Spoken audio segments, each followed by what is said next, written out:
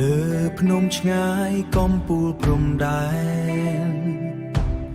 ខ្យល់ត្រជាក់ប៉ះមុខរាត្រីជើងឈររឹងមិនខ្លាចអ្វីការពារដែនដីដោយចិត្តស្មោះស្ម័គ្រវីរៈកងទ័ពឈរយាមព្រំដែនឈាមក្តៅស្នេហ៍ជាតិមិនរំភើបថយក្រោយទូកឈូភ្លៀងឬថ្ងៃក្តៅខ្លាំងបេះដូងយើងនៅការពារប្រទេសជាត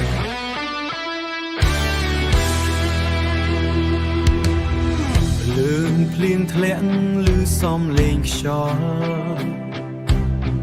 មិត្តរួមដៃនៅចិត្តគ្នាអាហារតិចតួច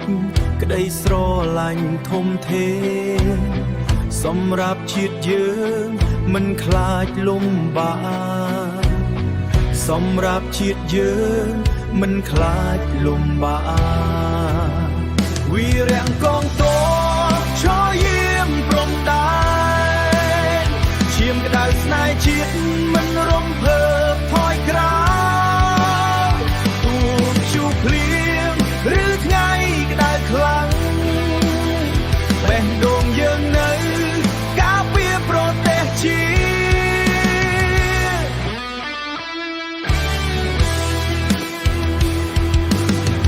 បើថ្ងៃណាមានគ្រោះថ្នាក់យើងមិនថយក្រោយទោះបាត់បង់អ្វីជីវិតមួយដើម្បីជាតិស្នាមញញឹមប្រជាជនជាថាបជា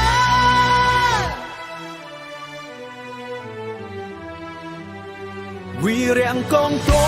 ពកិត្តិយសពងខ្ពស់ឈ្មោះយើងសរសេរលើដែនដីខ្មែរទោះពេលវេលាផ្លាស់ប្ដូរយ៉ាងណាចិត្តស្មោះនេះនឹងនៅជា